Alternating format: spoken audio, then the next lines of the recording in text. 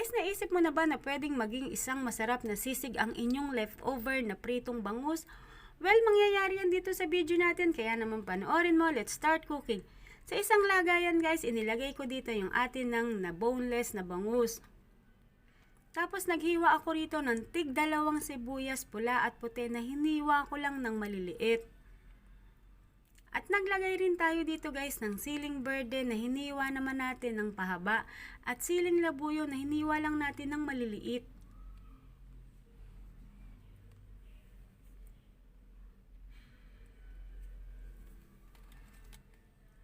Naglagay din tayo rito ng paminta, konting toyo at kalahating kutsaritang asukal at hinalo lang natin ito.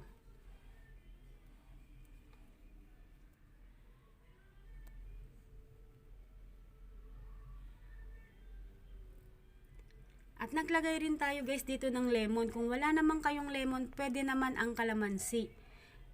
Bahala na kayo kung gaano kadaming kalamansi ang gusto nyong ilagay. Basta wag lang siyang umasim. Ayan guys, sinalo lang natin ito hanggang sa maging well combine ang lahat ng ating inilagay na pampalasa at ingredients. At syempre, niready na natin ang ating kalan at inilagay na nga natin dito ang ating sizzling pan. Kung wala naman kayong sizzling pan, wala kayong sisig pan, guys, pwede ang kawali.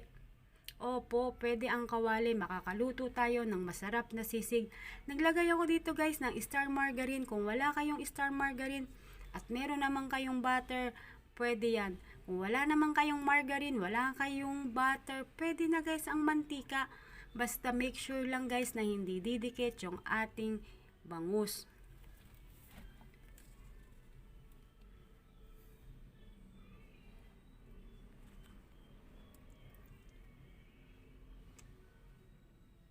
Ayan guys, niluluto na natin yung ating bangus.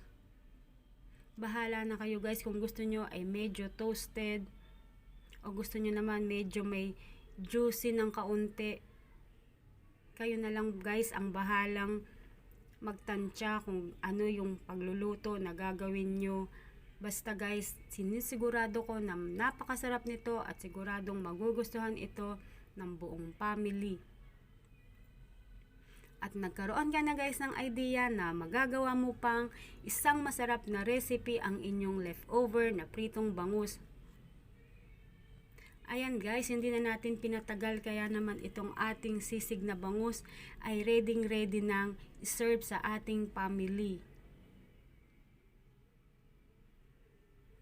Ayan guys, hindi ko na rin siya tinanggal dyan sa kung saan natin siya iniluto.